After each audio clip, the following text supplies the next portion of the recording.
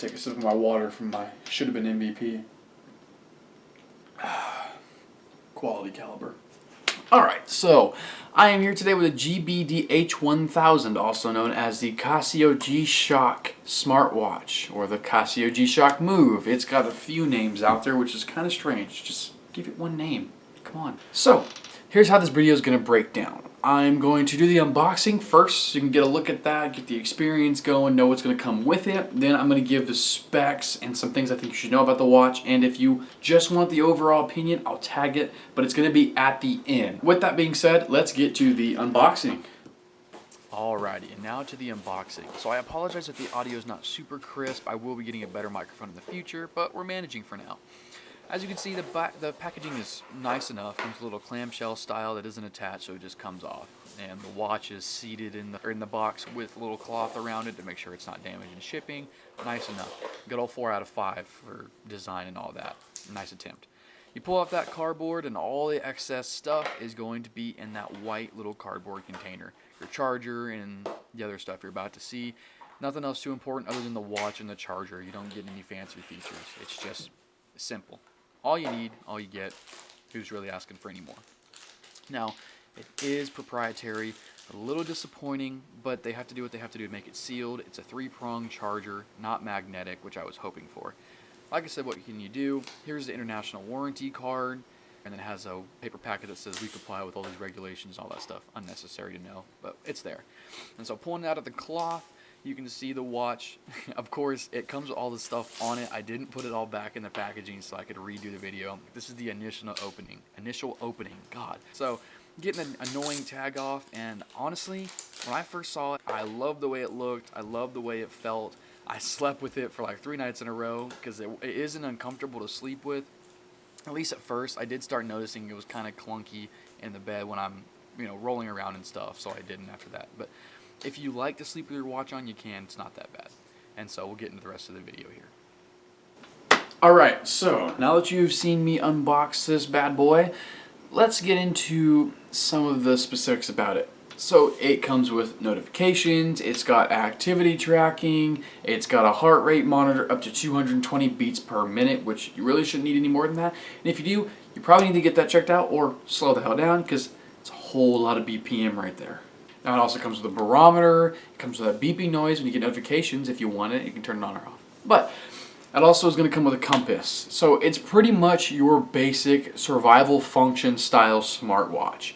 Notifications are pretty brief, but you do get them. Now, of course, it's got its normal watch functions. It's got the world clock, it's got the timer and alarm and all that jazz. Now, some of the more specific features to this watch that it does have, so it's actually got solar charging. And I will get into that later when I'm talking about the battery, but it does have it. It's also a proprietary charging cable, which is a blessing and a curse. Makes it a little bit easier for them to seal up this thing, but you lose it, you're buying a new one. I'm warning you, keep it in the same freaking place.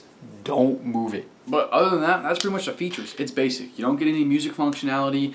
You don't get all the fancy stuff you're going to get on a Samsung or an Apple Watch. And so now getting into the specs of the watch. So it's a $399 watch, as you can tell if you've researched this at all.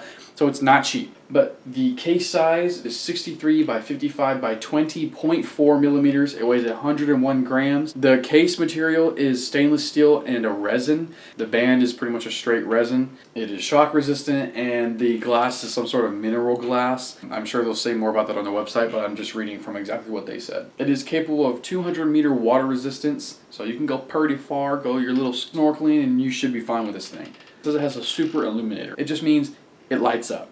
So it has a normal kind of blackish, whitish type of watch face. And so if you hit that LED, it will light it up and make you see in the dark. But for specs, that's pretty much it, other than the next category, which is battery life. So I'm going to read off what the website says. It's kind of boring. Approximate battery operating time on a full charge. With training function, GPS, heart rate use. Long intermittent reception, approximately 18 hours. Normal continuous reception, approximately 14 hours. Without training function, GPS, heart rate use. Approximately 12 months without the power saving function. Approximately 34 months with the power saving function. It does have a power saver, so if it's in a dark room for a long enough time, it will turn itself off. Press the circle button on the side, it comes right back on. You may be able to use the other buttons to turn it on. I haven't tried it. Just thought of that. It says all that fancy stuff. Here's what I'm going to tell you. I get about 3.5, 4 days on a full charge with this watch, and I never have had it die on me. And so that's saying something, because I actually lost the charger. Mom picked it up. Corona got me back at the house. Get me out of here. So when I didn't have my charging cord, it said low battery for like 5-6 days. So I picked it back up, clicked the button, and lo and behold, about a week later, it was still on. So that's pretty cool. Now, it does have solar power. I have not, I guess, been outside enough to be able to notice if the solar power does a whole lot. If you were outside doing all your stuff on an Apple Watch, you might notice the battery life. But on this, it's pretty much good regardless. So I haven't even really noticed it. I tried to pay attention to it when I was running and stuff, but like I said, it's already got good enough battery life to begin with. I don't think, unless you're in a legitimate survivability situation, worded that wrong, but whatever. You need to be able to survive. Maybe you're going to notice a little bit more. Now, of course, it does have the 3-prong charger as well. Being proprietary, I don't have any other item that I think mixes with it. And that's pretty much it to the battery life. So I get about 3.5, 4 days with it, and I haven't had it die on me yet. Okay, now I want to talk about the style and the durability. Here's the thing, you're paying for a G-Shock watch. So that thing you bought when you were in 6th grade and you thought you were the coolest thing ever, I never got one. Kind of sad. It's the same thing, but with a few extra features. So it's got the G-Shock durability. I worked in a warehouse for 2 months with this thing on. I beat it up, banged it around, hit it on metal conveyor belts by accident. It still works. If you would have done the same thing with an Apple Watch, you would not have an Apple Watch. And it's water resistant to 200 meters. Of course, you can swim this thing, or you get it sweaty, you get something on it, you throw it under the sink, wash it off real quick, dry it off, you're fine. It's a G-Shock. It's durable. Now, getting into it from a style perspective. So here's the thing, I'm a little biased. I like the clunkiness of the watch. I like the G-Shock style. There's not a place I wouldn't take this watch, black tie affair, whatever, because I mean, the other colors are kind of out there and outrageous, but you can somewhat hide this. The black is sleek enough to mix with the suit, I feel. But of course, if you were going to some fancy occasion and you were Mr. Rolex, this probably isn't going to be for you. If you were just looking for an activity tracker that you can keep on at all points in time other than sleeping, let it charge, in any affair, I would wear it. I think it's good enough to be able to take into something like that. I'm probably going to get hate for saying I'd take it to a black tie affair. I'm from the South, y'all. I don't do the Rolex thing. Moving on, I'm going to get you some overview footage of the app. Alrighty, y'all, so now we're going to get into the app. And so real quick, I'm going to keep this short and brief because there's some things on here like the VO2 Max that are kind of hard for me to explain. And so if you don't know what they mean, just look them up and it'll be easier for you to navigate the app once you know. Getting on to it, if you look through, you're going to be able to see all your daily activities. So you can go through and look at your calories burned, your steps. The first thing you're going to see is your activities. You can see your next workouts that are planned. And if you scroll all the way to the bottom, it's going to say customize home, and you can change your widgets out. And so the ones that are on the top are the things that's going to show in the items. The ones on the bottom won't show. And in the center, you're going to have all your actual activities. And so you can go through those and look at your treks and all your stats from then. And then the last thing is just going to be your normal settings. You can access your account and all that. And so that's pretty much all there is to the app. So this watch is entirely button operated. It has 4 buttons on the outside and then a little circle button over here. That is your run, start, and stop. And it also, when you're first trying to pair the watch and get it going, it gives you the GPS. So there you can see right now it's trying to locate itself.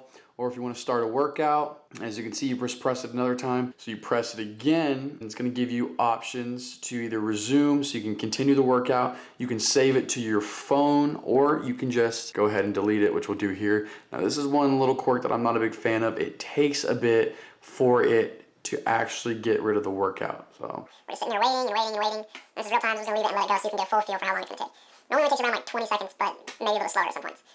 I'm not kidding, it does take a while. So see, now we're back to the front. Took some time with the workout is gone and it's over. It has other watch faces that you can utilize. So this is the base one that likes to come back to. Now this top button on the top left is going to take you to the different screens that it has available to you. So that's your step tracker with the time on it, as well the date. There's your VO2 Max. This is monthly goals or whatever you have set. And then there's your heart rate. This is personally one I started using right from the start. And then here's an extra time, so I have it to San Antonio. That's close-ish to where I'm at. And then back to the normal. Now, one thing that I have noticed that's a little bit of an issue, I won't press any buttons. If I get a notification or anything comes up on the watch, it likes to come back to this watch face a lot of times. Not sure why that is, but just be aware.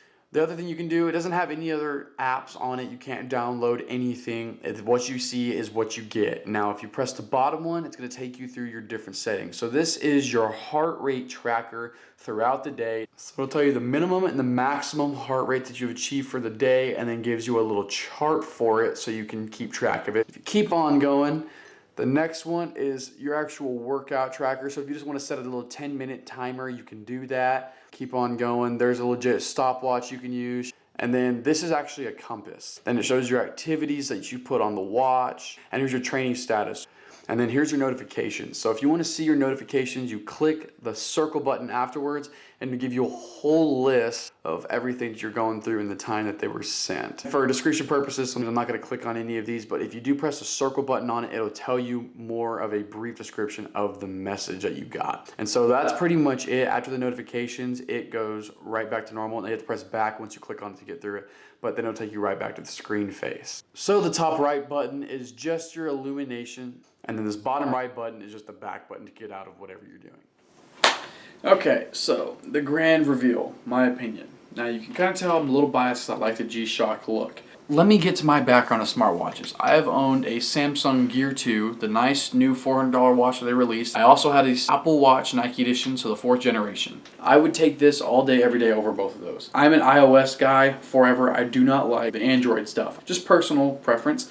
If you try and use the Samsung Gear watch on an iPhone, it's just real finicky, y'all. It just frustrated the crap out of me. The Apple Watch frustrated me even more than the Gear 2 because I had it for 2 weeks. The 4th generation, you think after 4 attempts I'd be able to get some quality control going? No. I had plenty of issues, which at first I thought it was just because I put a glass covering over. The Apple Watch went out on me pretty much in 2 weeks, and I was super frustrated. And of course, Apple, I tried to take it back, and they gave me a little bit of hassle for it. You gave me a $432 watch that didn't even freaking work for 2 weeks. Come on now. So I like this watch, and here's the thing. Like I said about the style, it is an acquired taste. So are the features.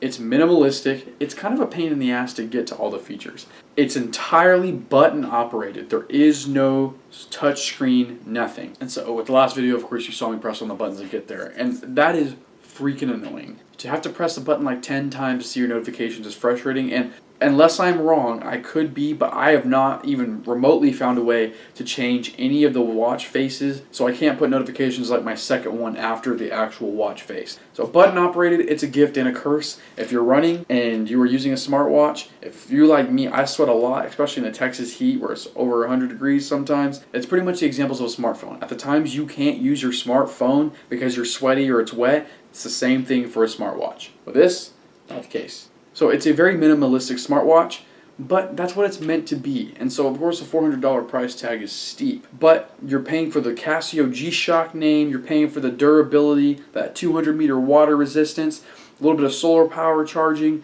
and then the notifications, the heart rate monitoring, and the other minimal features that you're getting in this thing. Look at how cool, look at how cool the thing looks. I love the thing. But I understand not everybody's gonna fall in line with what I want. So here's what I'm gonna say. Do I think this is the most groundbreaking watch I've ever worn? No, not even close. But do I think this is something that's going to be sustained throughout the years? Absolutely. There's always going to be a market for people like me. It's going to have its advancements. It's going to gain more functionality because it's Casio and G-Shock. They've got money to be able to figure it out when the time for technological advancement comes. But it's a solid option. It really is. If you're looking for something minimalistic that will do what it tells you it does at every time when you press the button and get to where you need to go, it's gonna work. Sometimes you will have an issue where it won't sync up right away, and so you kind of have to see activity details and then go out of it and then touch the other screen and see if it came back. That's what, for me, is syncs the watch to the phone. It takes like 30-45 seconds at the worst to get it to work, which is frustrating because you want it to work automatically, but gotta deal with it. It's a basic smartwatch. It has its issues. But my overall opinion of the watch, I give it a big old 4 out of 5 stars. For me, it does what I wanted. I love it. I love the way it looks. I forget it's there. It's not super heavy, even though it is clunky. It's an acquired taste, y'all. Check it out. Look into it. It's definitely a worth it option. If you don't want all the extra features that this has, like the compass and the barometer, go with something cheaper like a Fitbit or one of the more basic Garmin's. But if you're looking for more of an on-the-wrist assistant / companion, you're going to need to look more towards an Apple Watch or a Samsung Gear or Fossil or those type of style. They're meant to be for 2 entirely different markets. The adventurous, the tech person. I hope this helps y'all. I know it's a steep price tag, but it is worth checking out. Go give it a look, and it can help you figure out what you want. Pretty much all I got to say on it. I love it, but I know it's not for everybody. So, love y'all. If you have any questions, drop them in the comment section. I will happily answer them for you. But other than that, that's pretty much it. So, I will see you in another video. Talk to y'all later.